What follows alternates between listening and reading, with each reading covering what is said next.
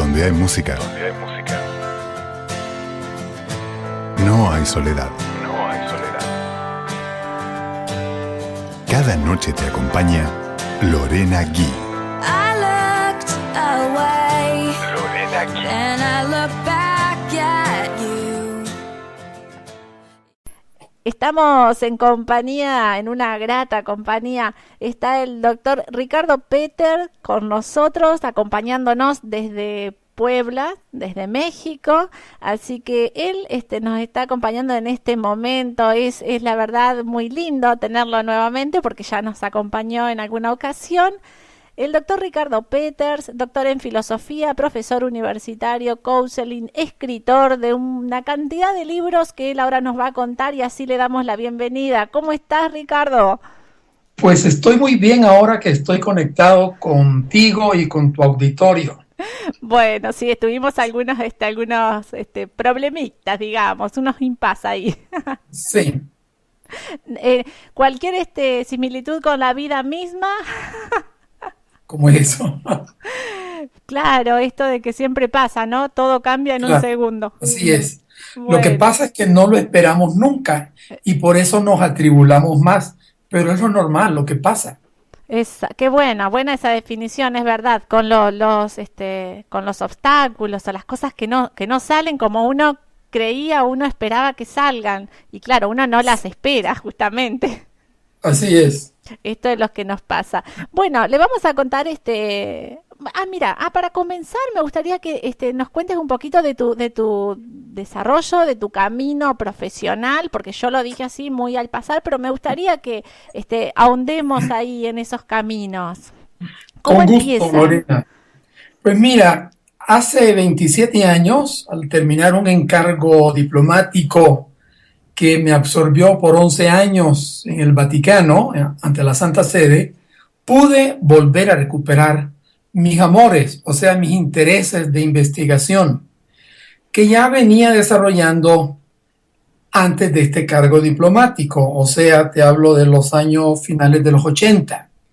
Pero se vio truncada pues mi deseo de continuar realizando esta investigación por los compromisos diplomáticos. Claro, Al terminar en el año 90, pues recuperé y mi interés siempre ha sido de qué manera incide la problemática del límite, porque somos limitados, finitos, imperfectos, de qué manera el límite, que en este caso es existencial, incide en la problemática humana. Eso me llevó a elaborar una teoría, un constructo teórico, digamos, como si fuera un edificio, en torno al concepto del límite. Te repito, no límite de tiempo, de espacio, límite matemático, sino límite existencial. claro. El límite Que lo experimenta. al que se enfrenta verdaderamente el ser humano.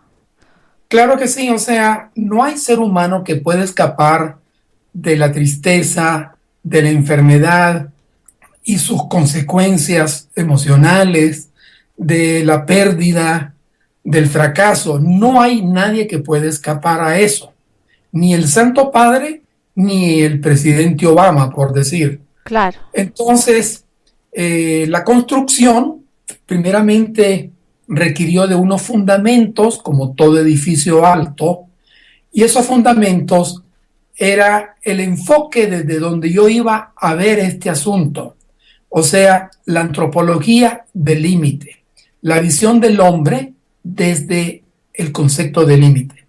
Posteriormente, ya el edificio comenzó a crecer con lo que yo llamé terapia de la imperfección, para indicar que las imperfecciones que nosotros rechazamos, ignoramos, combatimos, precisamente son portadoras de terapia.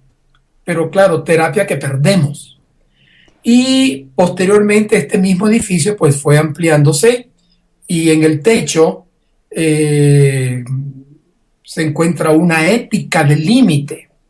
O sea, cómo ser responsables de nuestros límites.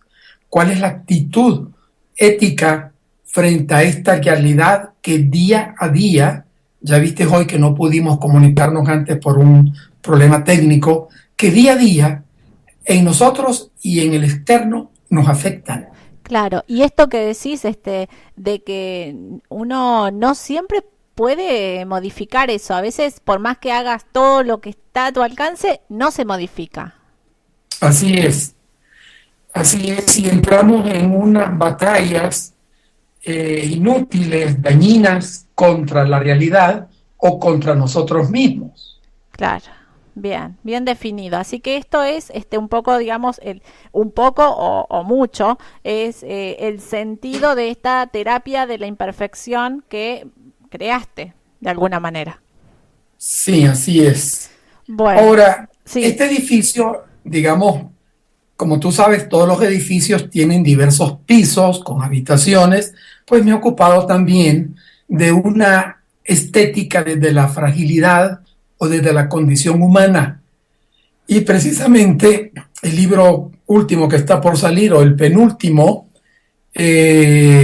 aborda esa cuestión, porque estamos sometidos a una estética que nos daña a través de sus criterios, de sus cánones, de lo que debe ser la belleza. Belleza es la condición humana y toda su complejidad. Eso es la belleza. ajá. Y cuando decís de la estética, estás refiriéndote digamos, a los cánones o a la manera en que hoy la cultura te presenta qué es bello, qué es lindo, qué es deseable y qué no, desde ese lugar. Sí, en parte sí y en parte no. O sea, como estética de la condición humana o de la fragilidad, pues arremeto o confronto estéticas clásicas que han sido de las esencias, de las ideas, o sea, de lo que no se encuentra más que en la mente. Y desde ahí, pues se han elaborado criterios de cómo debe ser la forma. Y claro, esto no se detiene ahí nada más en los textos de filosofía, termina permeando la cultura y como resultado, pues tenemos jóvenes anoréxicos, nerviosos, bulímicos, nerviosos, gente que vive en rechazo de su figura. Pero es una estética científica a la vez que aplicada pues a la realidad social, investigando qué es lo que hay detrás, qué es lo que hay detrás de todos estos patrones de belleza inalcanzables. Esto es lo que más condiciona cuando no se comprende, digamos, de entrada, porque querés alcanzar algo que en realidad es inalcanzable, pero de alguna manera el ser humano lo va incorporando como si eso fuera posible. Y ahí entra Bueno, esto de perder la conciencia del límite, sería más o menos así. es que el ser humano es terco y extravagante con respecto a su manera de vivir. O sea, vive perjudicándose con gran facilidad. Pero bien, te decía que esta misma investigación de ya más de 27 años, pues me ha llevado a ocupar otros temas. El último en que estoy metido, o el penúltimo, como se dice, eh, es, tiene una especie de pirámide de la indigencia humana. ¿Por qué hablo de pirámide? Porque hay una pirámide famosa construida por el fundador de la psicología humanista, Abraham Maslow, que jerarquizó las necesidades humanas, pero en realidad jerarquizó necesidades de la personalidad, de ese rostro social del ser humano, no de la persona como tal. Y entonces, para mí, la punta de su pirámide, pues se quedó baja todavía. Y en eso, pues, estoy trabajando, ¿verdad? Lo que falta a esa pirámide son las cualidades esenciales del ser humano, como el humor, por ejemplo. Ah, eso te iba a preguntar, ¿cuáles serían a tu criterio, digamos, las partes que le faltan a esa pirámide? Bueno, son partes que tienen que ver con la dimensión interior del ser.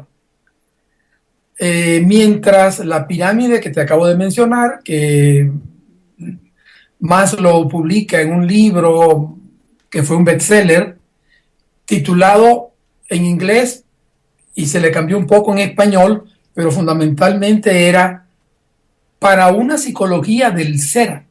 A mí eso me chocó hace mucho tiempo, porque no puede haber psicología del ser, porque ya eso es entrar en el campo de la filosofía, concretamente de la ontología, ¿verdad? La psicología pues se ocupa de la conducta, del sistema mental, del pensamiento, del conocimiento, pero no entra en el terreno no medible de la ontología, o sea, del ser.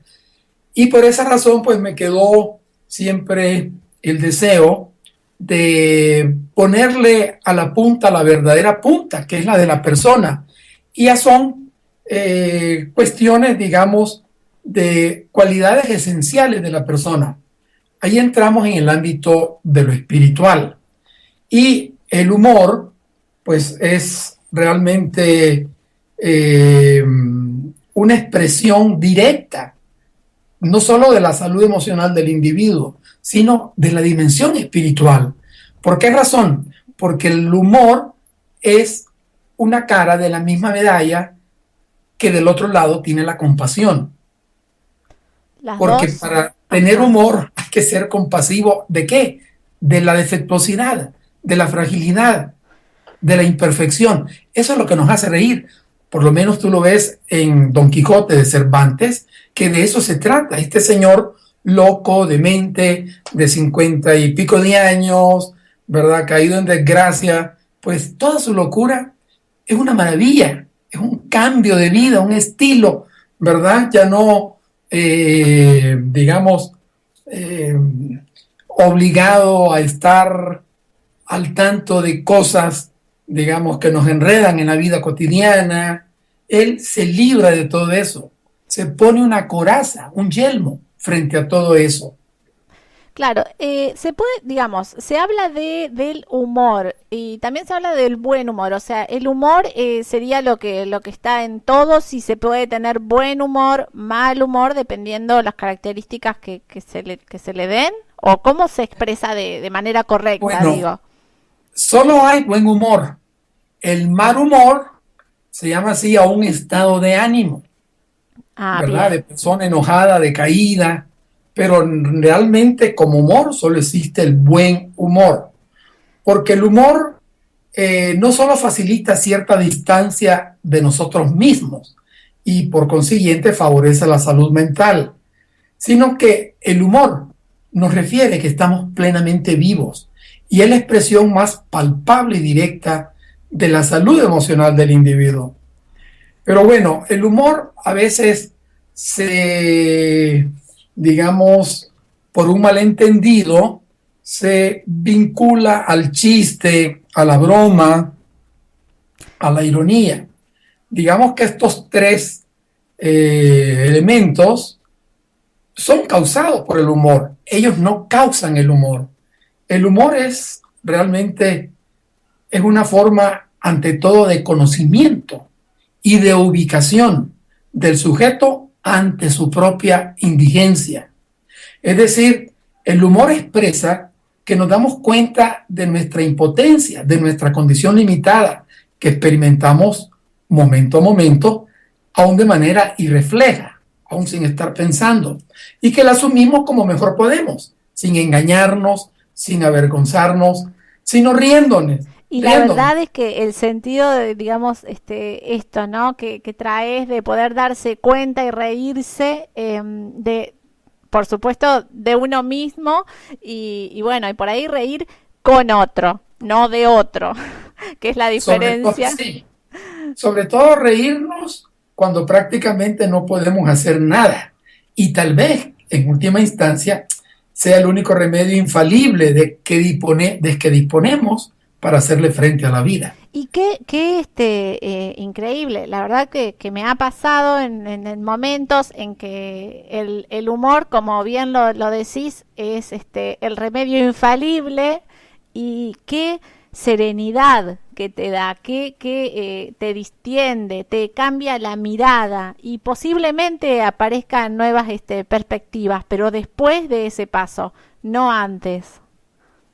Sí, o sea, digamos que el humor como cualidad esencial de la persona da la capacidad al hombre para alcanzar un conocimiento de su propia realidad, de adentro y de afuera, y de autodeterminarse de cara a esa misma realidad, de encontrarla, de asumirla sin avergonzarse, ¿verdad? Y de, pues, asumirla responsablemente. Entonces, la terapia de la imperfección ha ofrecido un puesto importante a la cualidad del humor como propiedad de lo espiritual. Y desde este punto de vista, digamos que el humor es el rasgo distintivo de la singularidad del humano. El humor solo se encuentra en este planeta, en el ser humano. Cierto. Tan maravillosamente cierto. Sí. Bueno, pero sí, dime. No, bueno, que el humor se considera pues como una cosa pasajera que te hizo gracia y ya estuvo. Sin embargo, tiene más hondura en la existencia porque no solo te deja entrever un estilo de vida menos problemática, sino que facilita reírnos de los problemas, tomar distancia de los problemas. Entonces el humor, digamos, hace fácil que aprendamos de nuestros errores. Y la terapia de la imperfección, pues, es lo que se propone, que no se pierda nada de nuestros fracasos, errores, fallas, que no se pierda nada. Es la posibilidad de crecer. Y pensaba, vos estás hablando de la terapia de la imperfección como y utilizando como pilar, digamos, también fundamental el tema del humor, de recuperar eso. Yo te iba a preguntar, alguna vez en la otra nota que estuvimos charlando, decía, y dejamos pendiente, ¿viste? Cumplimos la palabra porque dejamos pendiente el tema de que no hay, digamos, no hay terapia que se pueda llamar factible o buena o eficaz si no tiene humor. Esto de ir a la terapia y no poder aprender a reírse, bueno, deja una brecha, ¿no? Sí, no me refiero a ir a una terapia donde nos pasamos riendo a carcajadas. Lo que quiero decir es que la sabiduría de la vida, por así decir, parece emparentada con el humor. Por consiguiente, cuando uno va en terapia, va con sus problemas, pero sin perspectiva, sin distancia con respecto a esos problemas. Y el humor, que no consiste que nos pasemos riendo toda esa hora, esos 45 minutos, claro, sino que es debido a la perspectiva del límite que podemos adquirir en la terapia. Y siempre la perspectiva del límite en nuestra mente, digamos, que provoca un descondicionamiento de la problematicidad con que nosotros nos empantanamos a raíz de un problema. Por supuesto, con justa medida y todo con un equilibrio, ¿no? Hasta lo bueno en demasiado termina siendo malo, así que claro que no es la propuesta de reírse a carcajadas. Bueno, así dice, pero yo creo que lo bueno siempre termina siendo bueno, ¿verdad? Lo que pasa es que, por ejemplo, hablas de equilibrio, son conceptos de la cultura perfeccionista.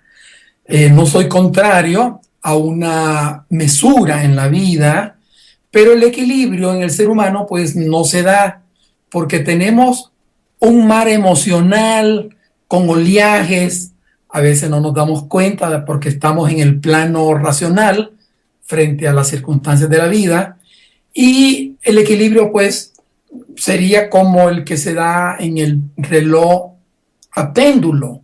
El péndulo pues sí pasa por el punto medio, por el centro, pero no se detiene. Entonces el ser humano pues tiene que ser coherente con esa realidad. El equilibrio lo pierdes cuando estás tratando de guardar el equilibrio. O sea que, digamos, te gusta más, en vez de equilibrio, te gusta llamarle mesura. Y Bueno, sería sí, la posibilidad, digamos, de crecimiento, poder pensar el ser humano,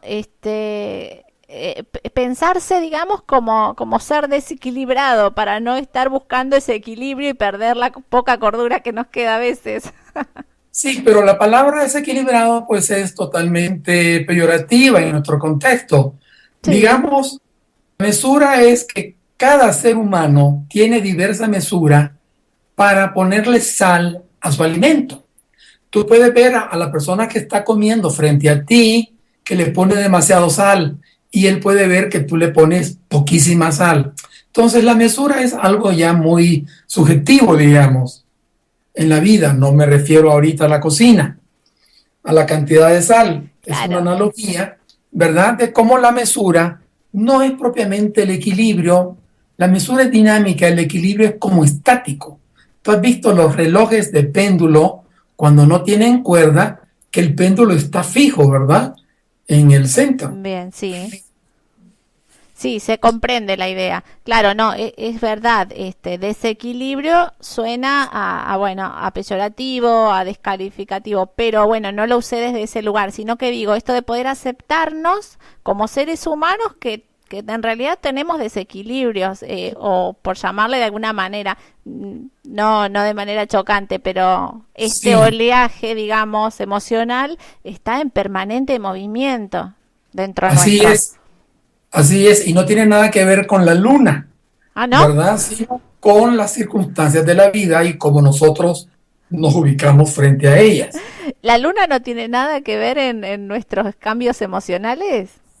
Bueno, pareciera, por lo que hay artículos al respecto, que sí tiene que ver en la realidad femenina, ¿verdad? Ajá. Que parece que sigue un poco el ciclo de la luna en algunas cosas, pero aparte pues del romanticismo y todo lo que aporta la luna a una relación de pareja, eh, nuestro estado interior no es que sea de agitación, es más bien como un río, pues, ¿verdad? Que si se detiene, se empantana.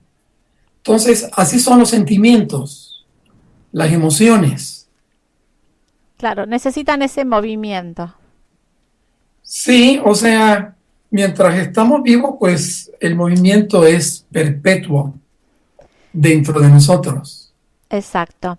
¿Qué pasa con la baja tolerancia a uno mismo? Con esto de no poder aceptar de que, bueno, no sos la estrella que quizás te planteas que querés ser o que hay mandatos. ¿Por dónde viene la exigencia para que haya tan, bueno, eso, baja tolerancia a Sí, los procesos que como seres humanos nos toca vivir? pues lo que sucede es que todo eso está vinculado a lo que yo califico como ansia de perfección. Y el ansia de perfección, con un ser limitado, finito, imperfecto, pues solo provoca trastornos. En realidad, digamos, nuestra cultura propone, induce, digamos, a un modelo que no tiene que ver con nuestra realidad, que es totalmente ideal, que no podemos nunca concretizar y que más bien pues, nos genera muchísimos daños. El ansia de perfección entonces sí es fuente de desvalorización. O sea, la persona lo peor que puede hacer es desvalorizarse. Y al desvalorizarse, pues cae la estima que tiene por él mismo, la autoestima. O sea, la persona que se desvaloriza prácticamente siente vergüenza de ser. Pero todo esto, Lorena, tiene que ver, según la terapia de la imperfección, con la perspectiva desde la cual percibimos lo que percibimos. O sea, es una cuestión, De co- nuestros problemas, es como ¿sí? de cómo vemos el mundo, o también pienso en esto que decís, como cuando uno siente que no tiene las herramientas suficientes para afrontar eso que va a pasar y que en realidad tampoco sabemos si va a pasar. Está todo en la cabeza. Bueno, correcto, pero más que cómo vemos, se trataría de cómo vemos lo que vemos. O sea, yo percibo, pero ¿desde dónde percibo? Y de ese lugar es la perspectiva. Digamos brevemente que el sistema mental dispone de dos procesadores de los estímulos internos y externos al hombre, y normalmente el procesador racional se sustenta, por así decir, se apoya sobre una perspectiva de la indefectibilidad. O sea, no, el procesador racional, la razón, no quiere nada que sea defectuoso. Ahora, está muy bien para el cálculo, para el análisis de las cosas, pero ese procesador, si lo usamos para enfocar nuestra existencia, pues nos viene a dañar, porque en nuestra existencia no hay nada perfecto. Mira, Lorena, me viene a la mente en este momento una frase del Evangelio, que Jesús se pierde en el templo, lo encuentran sus padres, y hay un comentario de Lucas después de que ha referido este accidente, y dice que crecía en edad, en sabiduría y en gracia. Bueno, en el caso nuestro, crecemos en edad, no en sabiduría. Crecemos en cada vez ser menos estúpidos, o menos ignorantes, o menos tontos. O sea, así se da el crecimiento, no en sabiduría, sino en menos estupidez. ¿Y qué sería la sabiduría? Bueno, pues yo creo que la sabiduría tiene que ver con, digamos, con la aceptación de nuestra realidad. En todos los campos fallamos. Por ejemplo, en el ámbito tecnológico están saliendo con frecuencia nuevos celulares, iPad, iPhone. Bueno, el que tenemos ahora va a revelarse defectuoso frente al nuevo que venga en el futuro, próximamente. Entonces, la sabiduría pues sería tratarnos con compasión. O sea, tomarnos siempre en serio y demasiado en serio, que obstaculiza el ejercicio de la compasión, pues, digamos, es la ignorancia. Obstaculizar la compasión hacia nosotros es que ignoramos nuestra realidad. La compasión tiene que ver con la comprensión, desde ese lugar, digamos, esta vista compasión. Sí, bueno, compasión, digamos, es un sinónimo o una extensión de la palabra comprensión. Comprender significa aceptar algo, acoger algo. No es entender. Entender es analizar, juzgar. Mientras comprender es evitar el juicio. Simplemente acoger. Y compatos, o sea, compasión, pues es la forma, digamos, en que la acogida se hace realidad. Qué buena definición. Es que la falta de compasión nos vuelve trágicos. Claro, porque tal vez nos ponemos más prejuiciosos o bueno, lejos de acercarnos, de comprender, desde ese lugar más cálido, ¿no? Que me da la sensación que nos invita la compasión. Sí, así es. O sea, la compasión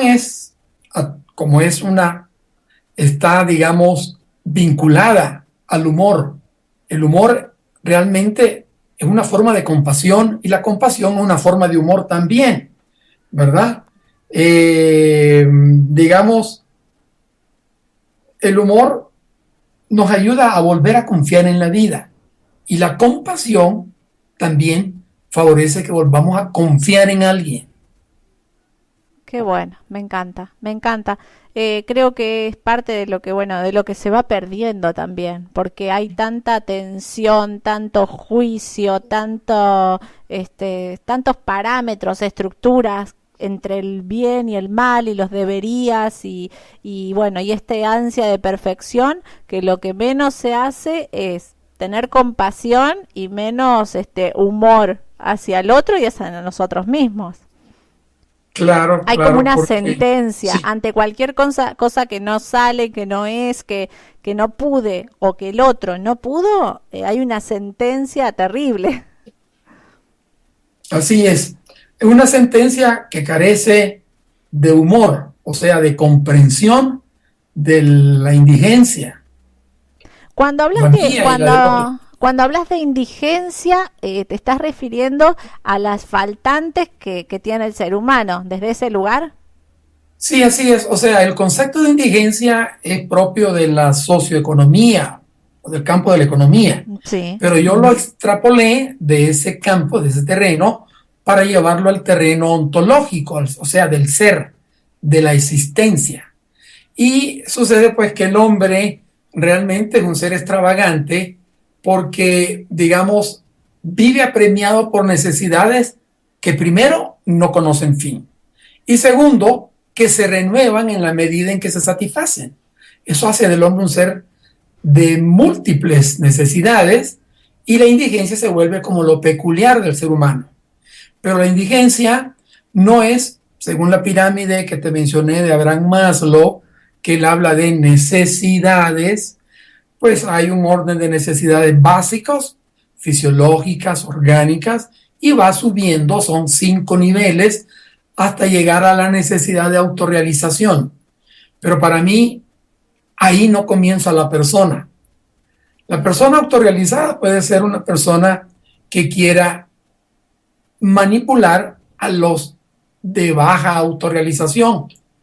Digamos, una persona que, que se siente un poco salvador, que quiere liderar, pero digamos la autorrealización de esta pirámide de Maslow, que es la punta, para mí se queda por abajo de lo que es la dimensión interior del ser, que tiene más que necesidades, insuficiencias.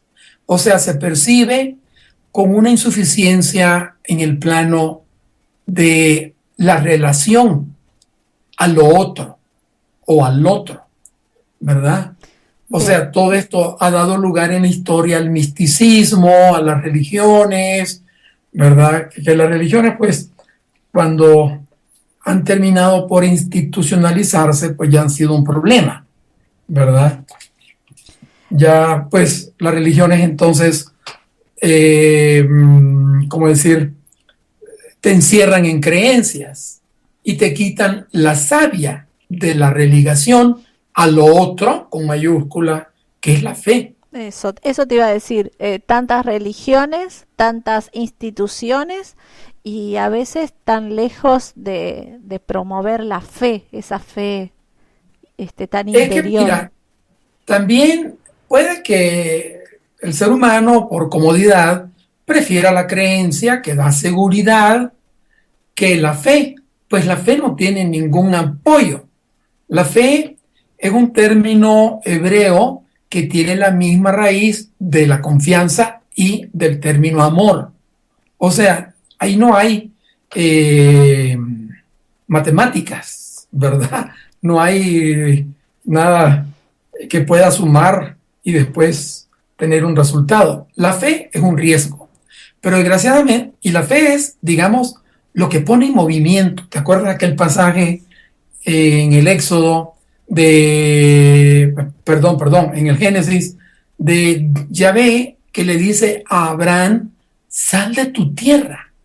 O sea, eso es un prototipo de lo que es la vida. La vida es un camino. Abraham no entró en la tierra prometida, Canaán, digamos, ¿verdad? Él sale de Ur de Caldea y va dirigido hacia Canaán. Bueno, él no entró porque la vida es ese movimiento, ese camino. Y normalmente es interesante que las parábolas, vistas desde el punto de vista mío, psicoanalítico, las parábolas de Jesús Él era un profeta itinerante y sus parábolas son de personas transeúntes que están siempre en camino. El buen samaritano que baja de Jerusalén a Jericó, el sembrador que sale a tirar semillas, la parábola del hijo pródigo, que es el modelo de la terapia de la imperfección, ¿verdad? Porque esas tres figuras, el hijo menor, el padre y el hermano mayor, son instancias psíquicas. Lo que Freud llamaba el es, el yo y el super yo, pues yo creo que ya el Evangelio anticipó una estructuración de la psique, ¿verdad? De la estructura psique, que es el hijo menor, el que se avienta a todos los riesgos, el que siempre, digamos, busca el cambio. El mayor, que es el que administra la riqueza del padre, pues el que administra una riqueza siempre está preocupado por la pérdida. No hace una acción, digamos, de cambio que no pueda tener garantías. Y el padre, que es esa instancia que tenemos que desarrollar en nosotros de comprensión con el menor que regresa a casa, no lo reprende, al contrario, organiza una fiesta y pide a los siervos que traigan vestido, el mejor, no cualquier vestido, anillo para recuperarlo en la filiación y sandalias. ¿Y para qué le da sandalias nuevas? Para que siga, si quiere volver a irse, pues ahí están las nuevas sandalias. Es impresionante el análisis, la verdad que me encanta poder comprenderlo también desde ahí. Vos decís que es como un poco la base también de la terapia de la imperfección, porque todos llevamos dentro estas tres figuras a nivel psíquico. Sí, bueno, dos cositas. Esta parábola, que es la más importante y la más explícita, digamos, de lo que es el amor de Dios al hombre, ¿verdad? Pues está como domesticada. O sea, hace 2000 y pico de años que le escuchamos, que se pronuncia, y pues ahí van dos sujetos, uno rígido, el hermano mayor, y un desgraciado que siempre está pensando pues en irse, en su libertad, y el padre que no reprende ni al uno ni al otro y que a ambos, digamos, son parte de la existencia del ser humano. O sea, yo necesito del hermano mayor porque administra de alguna manera mi energía, pero también necesito del menor, porque el menor me provoca la transformación. El hermano mayor no me dejaría moverme. Entonces el padre está mediando entre los dos.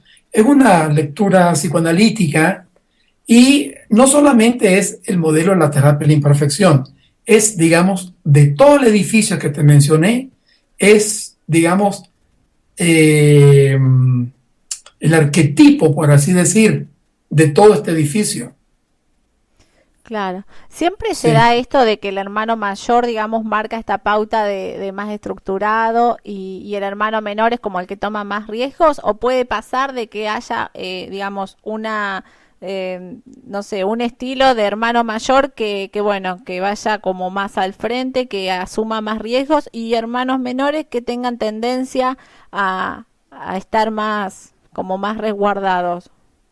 No, porque en ese caso el hermano menor dejaría de ser el menor y el mayor dejaría de ser el mayor. O sea, la realidad de cada uno es positiva, pero también tiene sus riesgos. Yo necesito cambios en la vida y puedo temerlos. Entonces el menor me da ese input, ¿verdad? Para salir de mi tierra, como decíamos. Pero el mayor lo necesito porque si el padre pudo darle al menor la mitad de los bienes que le correspondía, que no le correspondía nada porque era menor. Y esa parábola, pues en el contexto judío suscitó escándalo, porque la riqueza del padre pasa al primogénito, al mayor. Pero bien, si el padre pudo darle riqueza al menor y se largó inmediatamente, es porque el hermano mayor administraba.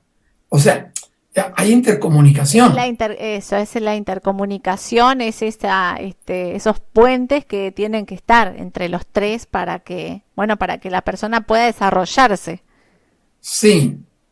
Entonces, toda la investigación que te mencioné al comienzo ha sido, digamos, un desentrañar a nivel ontológico, a nivel psicológico, a nivel ético, esta parábola. Exacto. La verdad, fabuloso, fabuloso. ¿Cómo vamos? ¿Estás bien? ¿Estás ahí con Pues, un tecito o no?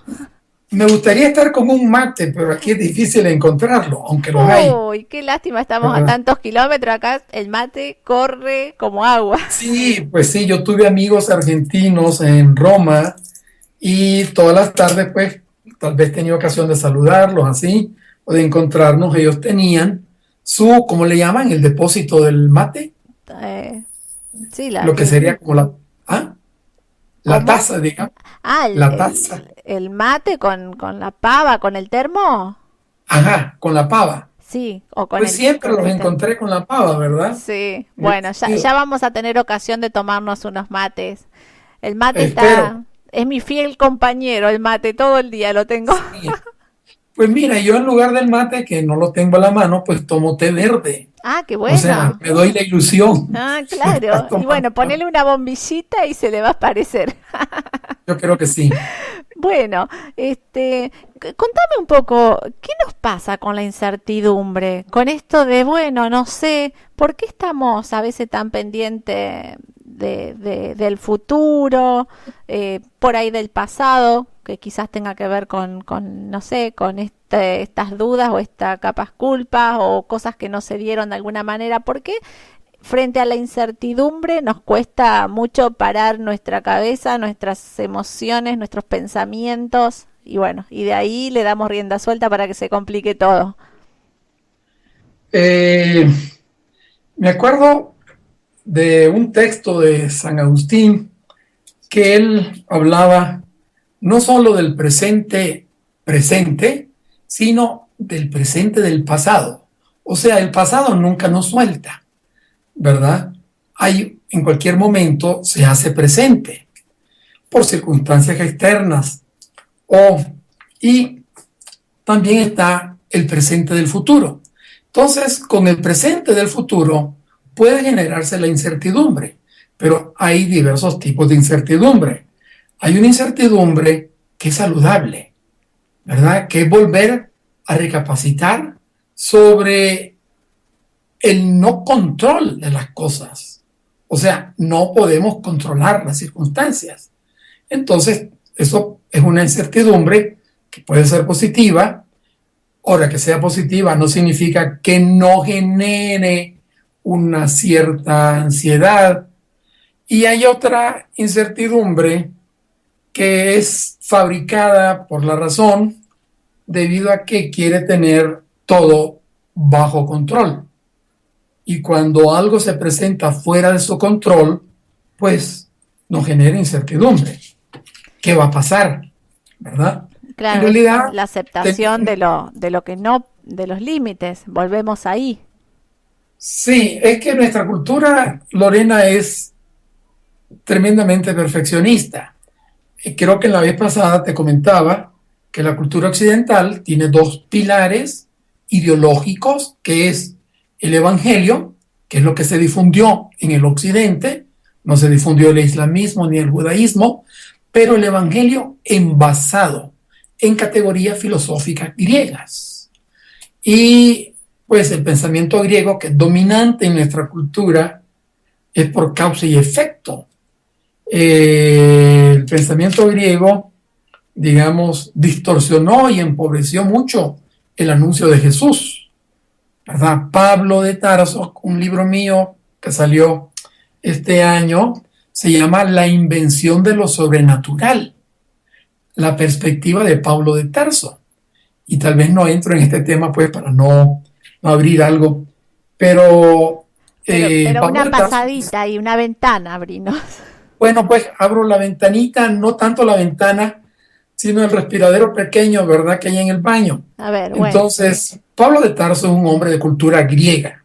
Él es Tarso. Tarso era una de las principales ciudades de aquel tiempo, junto con Roma, aunque era más pequeña, junto con Alejandría, Antioquia, una ciudad, digamos, de agitación cultural.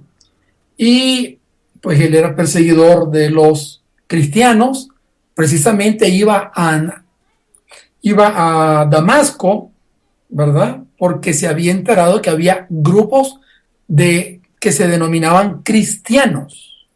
Pero en el camino, supuestamente, según él relata, pues tuvo una revelación y esa revelación pues lo fue cambiando. Yo se lo explico de otra manera, pero aquí no tendría tiempo, ¿verdad? Pero Pablo acusa en 5 ocasiones en sus cartas, digamos, como un sentimiento de culpa por haber perseguido, por ejemplo, el primer protomártir, digamos, del cristianismo.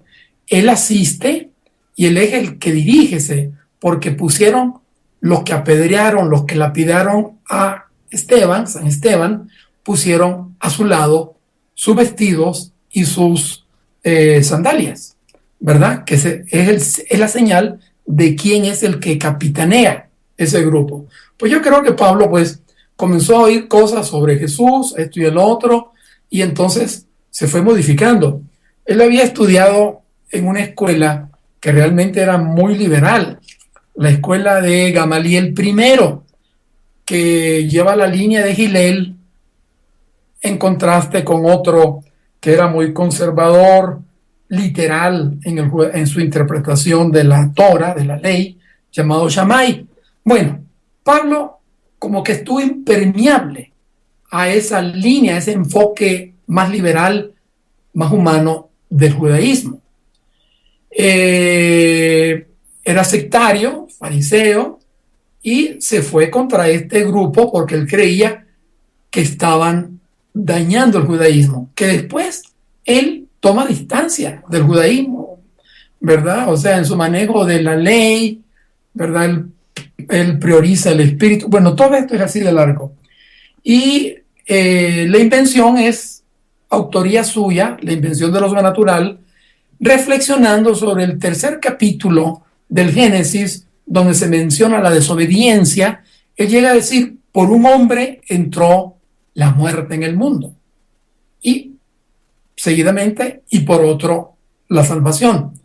Pero en realidad, por la desobediencia no entró la muerte, ya existía antes, ¿verdad? O sea, ya existía el mal también. Claro. Sobre todo que en la visión del judaísmo, la desobediencia no puede ser nunca colectiva, ¿verdad? La desobediencia es algo personal, como igualmente en el islamismo. Entonces Pablo comienza toda una construcción, ¿verdad? Él estudió 10 años teología judaica en esta escuela de Gamaliel, y pues ya le dio otro sesgo a un mensaje que se limitaba a anunciar: el reino está cerca, ese reino ya está dentro, está afuera, y es un reino de amor. Y párale de contar, ¿verdad? Ya después se comenzó a elaborar toda una teología altísima como en el Empire State, ¿verdad? Así de alta. Y eso pues digamos ha sido un poco la religiosidad que se ha distribuido en el occidente. Y pues muchos prefieren, frente a la incertidumbre, prefieren la creencia, que eso da tranquilidad. Claro, da por lo menos un poco de seguridad. Sí, o sea, si yo cumplo tales y tales preceptos y mandamientos, pues ya estuvo, ya la hice, pero no hay crecimiento. O sea, no se construye o no se, digamos, va por el camino de la sabiduría que vos decías. Sí, es que yo creo que las creencias no transforman, son para cumplirse. Guardarás los preceptos, etc. O sea, son para cumplirse, pero no transforman. Y la potencia del ser humano está en la dimensión espiritual, pero la creencia puede ¿cómo decir? Como que encerrar. Aliena también. Ah, eso, exacto. Aliena un poco, encierra esto de la creencia. Así es. Lejos de elevar o de despertar más esta espiritualidad en la persona. Bueno, por ejemplo, con la creencia tú puedes ver los pobres y quedas tranquilo, ¿verdad? Pero desde la fe no quedas tranquilo, ¿no? Bienaventurados los pobres, de ellos el reino de los cielos, No, ¿verdad? Etcétera, ¿no? Todos esos pasajes del Evangelio que hablan del, es verdad, digamos, los repetís y bueno, puede que pero cuando si los pasas a sentir, no cierran. así es. Es que la creencia es racional, ¿verdad? Y uno se limita a cumplir lo requerido, que son normas, preceptos, ir a Es- misa, aquello, o sea, cualquier cosa. Entonces, se ha menguado el potencial de la fe. Ahora, la fe te mete pues en una situación, digamos, en que personalizas tu relación con el trascendente, con Dios, como quieras llamarlo. Exacto. Sí, realmente es otra experiencia. Dándole una vueltita y volviendo al tema del humor, ¿qué pasa cómo definir y cómo separar esto de... Hay personas que dicen, no, yo tengo muy buen humor y son como irónicos, como hacer, por ejemplo, esas personas bueno, que le hacen todo el tiempo un chiste al otro, o que te dicen, no te vas a enojar si es un chiste, pero uno siente como que puede ser medio agresivo, y todo se cataloga y todo se mete en la bolsa del buen humor. ¿Cómo se pone ahí un poquito de Bueno, separación, digamos? Porque me imagino que una cosa no es lo mismo que la otra. absolutamente. O sea, eso que mencionabas es sarcasmo, ¿verdad? Vestido, revestido, recubierto de ironía y de buen humor. Ahora, el sarcasmo realmente es nocivo, es maligno, ¿verdad? Porque es una manera de crucificar al otro. La ironía, en cambio, es mucho más rica que el chiste. Por ejemplo, un chiste que me acuerdo ahorita, oye, ¿tú te acostaste con tu mujer antes de casarte? Yo para nada. ¿Y tú? Hombre, yo que iba a saber que te ibas a casar con ella, por decir. Eso es un Sí, chiste. claro. Lo O sea, conozco, se lo reveló conozco. todo, ¿no? Se reveló todo y quién sabe qué pasó después. Entonces, en el chiste y en la ironía hay paradoja, pero en el primero, en el chiste domina el doble sentido o la alusión a un sentido oculto. Hay una frase que me viene ahorita a la mente. Si digo, todo asunto tiene dos puntos de vista, el equivocado y el mío, supero en fineza, digamos, un chiste, ¿verdad? Con mordacidad, con picardía. La ironía entonces sobrepasa la paradoja. Pero aun cuando la ironía hace reír, no provoca esa especie de descalabro que provoca el chiste con respecto a la seriedad. Claro, o sea que Ese- el humor, bien entendido, el buen sentido del humor, el chiste con humor justamente, siempre que sea positivo genera algo también positivo. Se siente como bueno, como un paso hacia adelante sería. En cambio lo otro se siente que no, que viene como con otro matiz. Sí, o sea, el chiste vuelve las cosas pomposas más ridículas. Y la ironía, pues, se requiere mucha habilidad para manejar la ironía, eh, pero a diferencia de estas dos, digamos, Digamos que la ironía propósitos, bien manejada o digamos siendo sutilmente irónico tampoco es chocante, tampoco es dañino, puede tener un buen no, efecto. la ironía no lo es nunca, ¿verdad? Porque no hiere, Ah, no está bien. humilla. En Sí, en cambio, el cambio, sarcasmo sí. claro que sí, pero te lo pueden vender como si fuera una ironía y se Exacto. sorprenden si tú te molestas. Exacto, a eso iba, porque hoy se ocupa mucho esto del chiste y es como todo es chiste y todo es válido porque todo te da gracia, pero por ahí es una burla hacia otras personas, inclusive no es que uno lo reciba, sino que uno lo ve y decís, no da para reírse de otras personas y hacerlo a modo de chiste cuando se está siendo agresivo con el cartel del chiste o del humor? La ironía no tiene la frescura, digamos, que resalta en el humor. De aquí que el humor no tiene propiamente que ver con la ironía y con el chiste, porque no es hacerte reír su objetivo. Es un recurso y una estrategia, digamos, que cambia tu manera de percibir, y no solo de percibir, sino también tu manera de tratar la vida. Son dos cosas. Me cambia mi manera de percibir, pero también, si yo cambio mi manera de percibir, voy a tratar la vida de otra manera. Bien, comprendo.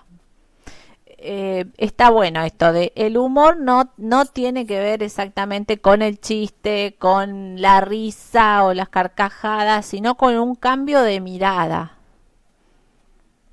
Sí, que es un cambio, te comentaba al comienzo, no de la manera como percibimos, sino de la perspectiva que hace que yo perciba de otra manera lo que percibo. Claro, como este juego de palabras, ¿cómo miro lo que miro? Exacto. Es que, volviendo al sistema mental y sus procesadores, cada procesador tiene como su propia base, su propio a priori. Los procesos racionales están sostenidos sobre la perspectiva de la indefectibilidad. No quiero nada que sea imperfecto, defectuoso. Mientras los procesos emocionales, de donde puede provenir, digamos, la compasión, proviene la compasión y el humor, el amor, la confianza, etcétera, los procesos emocionales tienen una perspectiva que yo llamo de la defectibilidad. Las bienaventuranzas, por citar un ejemplo del Evangelio, están desde la perspectiva de la defectibilidad, porque te dice que los pobres, los perseguidos, los enfermos, todo eso son los privilegiados, los priorizados en este reino. Bueno, ahí hay un cambio de perspectiva que no lo puede provocar el proceso racional. Para una persona que se maneja desde la razón, su perspectiva de la indefectibilidad lo lleva a devaluar al pobre, al perseguido, al hambriento, porque todo eso no vale. Claro, Es un todo absurdo, tiene, ¿no? claro, tiene un faltante de.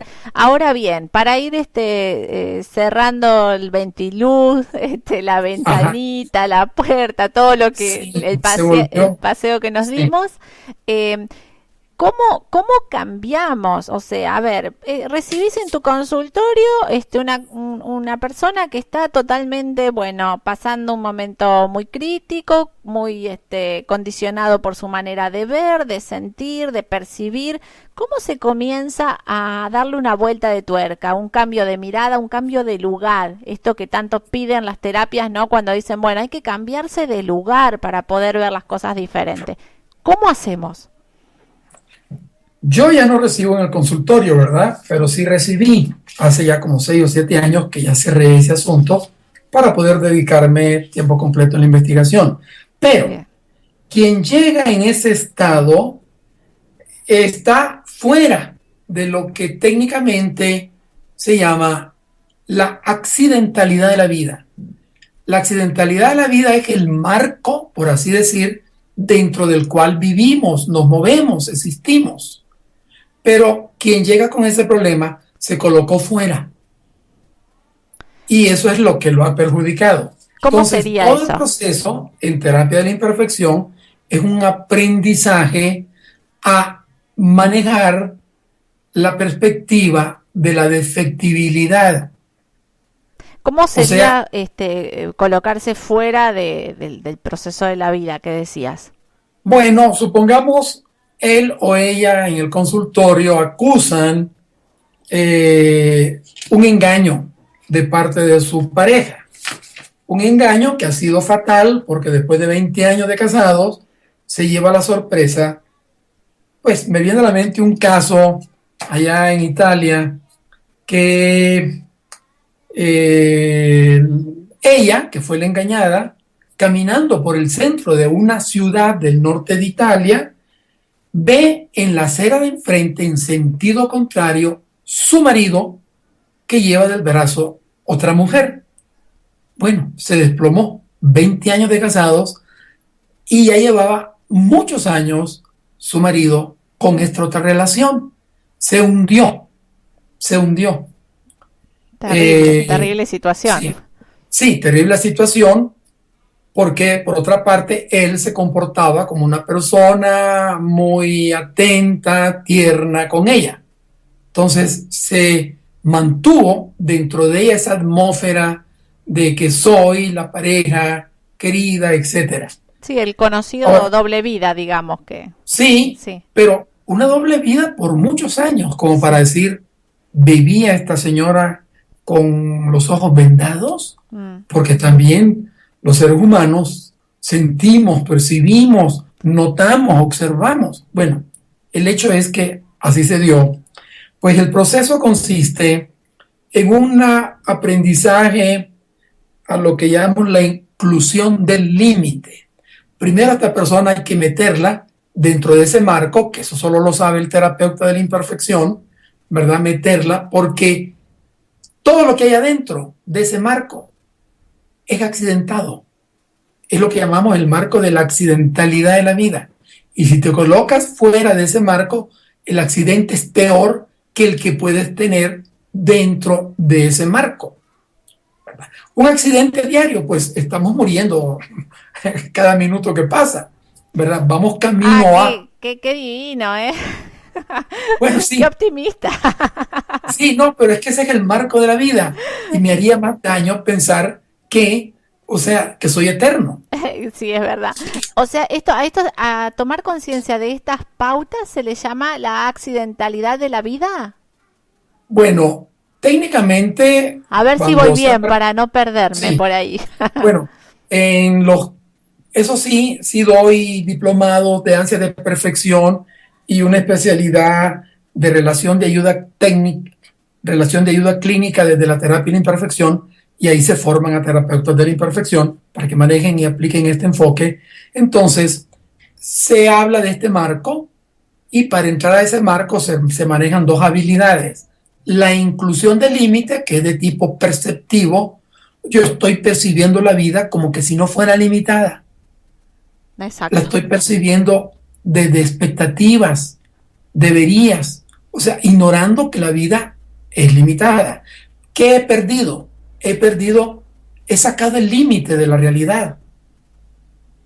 Entonces vamos a través del aprendizaje, digamos, a que maneje la inclusión del límite.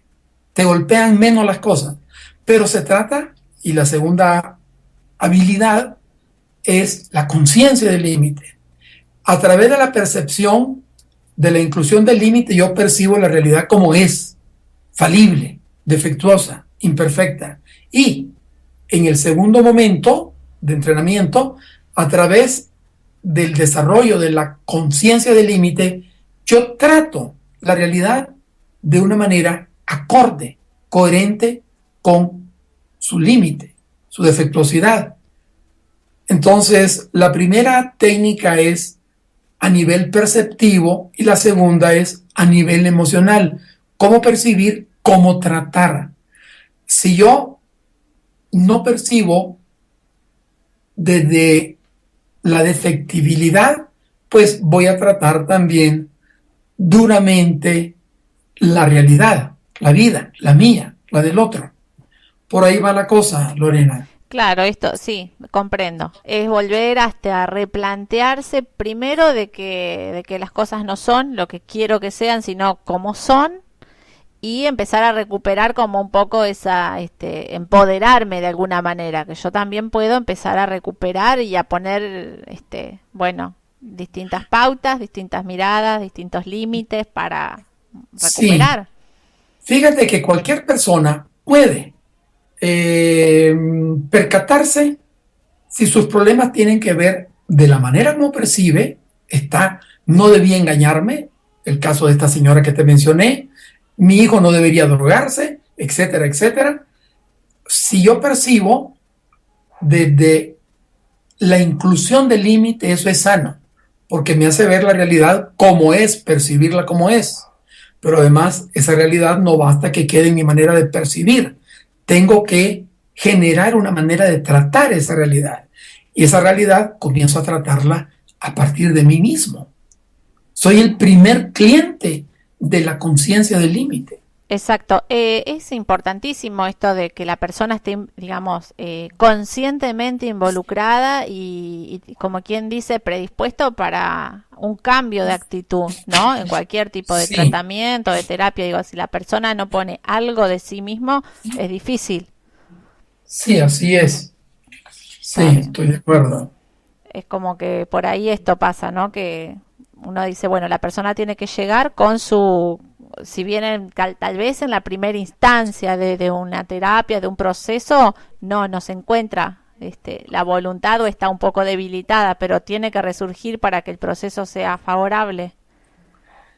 Exacto. Lo que sucede es que el cambio de perspectiva que hemos mencionado acá cuesta trabajo y hasta genera cierta ansiedad, pero no hacerlo equivale a perder mucho más.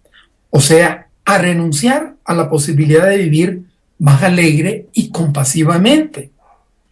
Y Claro, esto es lo bueno, si volvemos al humor, esto es lo bueno del humor, precisamente, que ayuda a decir sí a la condición indigente del ser y al conjunto de los límites existenciales, porque los límites existenciales no tienen solución, no exacto. hay, no se puede embobinar, ir para atrás. Claro, esa aceptación es la clave. Así es, Lorena. Bueno, la verdad que ha sido casi me perdés allá en Alejandría. Así, bueno, Pero el Bané, porque la verdad es que, bueno, uno no se aboca al estudio de la Biblia ni en las cuestiones tan teológicas, pero me encantan. Y por ahí iban a Alejandría y casi me quedo ahí con un camello. pues mira, valía la pena quedarse, solo que en este periodo pues hay problemas allá, ¿verdad? En la zona por el ISIS, los yihadistas, pero sí valía la pena porque era una ciudad de las más bellas del mundo, Ah, mira. Alejandría, tenía una biblioteca enorme con 500.000 volúmenes, Ah, qué lindo. 400 libros de Aristóteles que fueron quemados cuando subió Juliano, el apóstata que quemó todo eso, ¿verdad? Y los libros de la filosofía griega pues fueron perseguidos, quemados. Se salvaron muchos por dos filósofos judíos residentes en España, Avicena y Averroes. Pero se perdió mucho, pues, ¿verdad? Qué terrible. Siempre la creencia puede llevar a, a la persecución de lo diverso. Sin La duda. fe no. La Claro. fe, La fe es eso a lo que tenemos que recuperar. así es. Es eso. Bueno, la verdad que, bueno, una nota extensa, hermosa, ha sido, pero un muy lindo momento, como siempre, de mucho aprendizaje. Eh, también de sabiduría, de crecimiento ahí en la sabiduría, porque uno va, esta interconexión, esto de poder ir acompañando, bueno, los procesos y así también uno va haciendo su propio proceso. Para mí en lo personal siempre es una instancia de aprendizaje y desde lo interior sobre todo con cada invitado y bueno, son muy especiales, así que de corazón te agradezco que nos acompañes otra vez. Cuando quieras. ¿Me Y permites decir algo? sí, por Ah, favor. no sé si tengo 30 segundos. Mira, Sí, qué interesante que el Evangelio, que es un imparagonable texto de humanidad, recomiende volverse como niños, que no significa inconscientes. O sea, que tienen otra manera distinta, profunda, de pensar y de sentir. Es que los niños y las personas sanas se mueven desde la perspectiva de la defectibilidad, mientras los neuróticos en general y el perfeccionista, en modo particular, lo hacen desde la perspectiva de la indefectibilidad. Qué lindo, es verdad esto de los chicos, esto de recuperar la mirada de niño, lo dicen muchos desde muchas visiones, ¿no? Esto de recuperar la Sí, mirada de niño, conectarse con el niño interior, toda una cuestión muy... Ya que tenemos este minutito, ahora me permitís vos un poquito, sí, un poquito sí, más. claro que sí.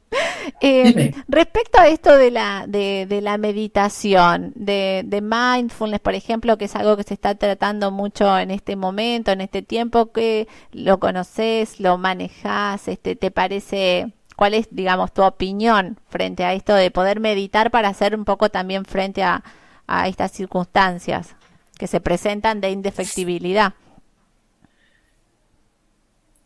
Yo manejé la meditación hace muchos años como estudiante universitario y ya la tuve que dejar por, digamos, vivo así poseído por cosas que estoy investigando, pero ciertamente es muy saludable. Es un frenazo, pero si es la meditación, digamos, que deja de tener objetos en la mente, que es muy difícil lograrla y requiere de mucho entrenamiento, porque normalmente muchas meditaciones se vienen abajo a los 3 segundos porque algo nos llamó la atención o la memoria recordó algo, pero ciertamente es muy positiva, sobre todo con el ritmo frenético que estamos llevando y sobre todo con la invasión del celular que no nos permite meditar porque estamos respondiendo promociones, mensajes de bancos y cosas así. Entonces, claro que sí.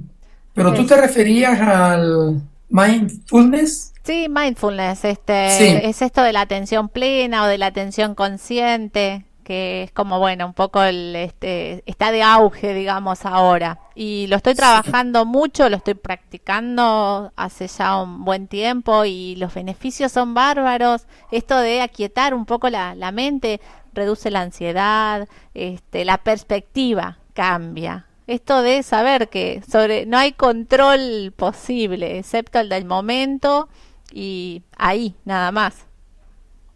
O sea, podemos organizar, podemos manejar, pero controlar, sobre todas las circunstancias, pues eso es una, un pensamiento infantil, ¿verdad? Una fantasía. Pero sí, yo creo que poder darse un espacio para no tocar fondo en nosotros, simplemente para cerrar todas las persianas de pensamientos, de ocupaciones, es realmente muy sano. Sí, sin dudas, ese momento de Sí, parate. sí, he estado viendo que está creciendo este movimiento y me ha interesado también, ¿verdad? Pero, por ejemplo, eh, yo creo que hay diversas vías, ¿verdad? Para entrar en ese estadio, entrar en ese estadio. Por ejemplo, a mí ver cuando me muevo por la ciudad y veo gente pues humilde, sencilla, todo esto, ver su rostro me genera un estado que no sabría describir, ¿verdad? Pero como de fraternidad. Yo creo que el objetivo también de la meditación a ese nivel es una simbiosis con la vida, Exacto, exacto, así, sin perder duda. la individualidad. Exacto. Desde mindfulness es alguna de las cosas que planteamos, es esta visión de poder estar conectado con eso y para poder conectarte y sentir el rostro de una persona, la circunstancia que rodea a determinada persona, para eso necesitas estar presente en ese momento y no caminando por la calle con la cabeza en cualquier lado. Sí, así es. Sí, Sí, tiene. pues mira, para mí no es una experiencia solamente, no es estética, no me refiero a eso. Es una experiencia como de acogida, como de apertura. De compasión. Sí, Exacto, sí. Bueno, me encantó charlar con vos, Ricardo, otra vez y bueno, y recordamos, estamos hablando con el doctor Ricardo Peters, todo un filósofo que nos paseó hasta por Alejandría hoy, me encantó. Bueno, pero que regreses a tu suelo. Sí, mira, para mí también fue un gran gusto, Lorena, estar contigo. Me gusta esta conversación, la dinámica que tienes y estar pues también en ese medio que para mí pues Argentina es de bellísimos recuerdos. Claro, sí, me has contado que estabas. Si bien nosotros pertenecemos a la a la provincia de Entre Ríos, que estamos un poco más en el centro de Sí, Argentina, Argentina somos todos. pues sí, es la pasión. Por supuesto, y no va a faltar oportunidad que nos cruzamos ahí el charco y estamos tomándonos unos mates. ¿Unos mates o un tequila por acá? Ah, por supuesto, mucho Sí, mejor. claro. El Las dos mate, cosas son muy buenas. el mate de día y de nochecita un tequila. Bueno, hace poco estuvimos hablando también con quien sé que es una amiga para vos, Marifer Cortés Carvajal, allá en California. Y Sí, ella ha sido quien nos ha pasado también el contacto aquella vez, así que bueno, sí, seguimos sumando tanta gente linda para este Sexto Sentido y te invitamos por supuesto que Sexto Sentido ya tiene su radio propia, así que todo un proyecto realizado ahí, eh, sí. que bueno, que tiene mucho que ver con seguir apostando a la transformación. La radio es Metamorfosis. Y bueno, así que bienvenido a Metamorfosis, a Sexto Sentido y vamos por más. Gracias por la entrevista y me gustaría dejarte con este pensamiento de Hazlitt que dice, la persona mentalmente sana considera que la vida es el arte de ser bien engañados. Ay, y me vas a dejar con ese. Bueno, No, bueno, es que el perfeccionista, el neurótico piensa más o menos así, el mundo se va a acabar si yo no me apuro en arreglarlo. Sexto Sentido en Facebook. Búscanos, agreganos. Somos Sexto Sentido, programa radial. Sexto Sentido, despertando a aquellos que creías dormido.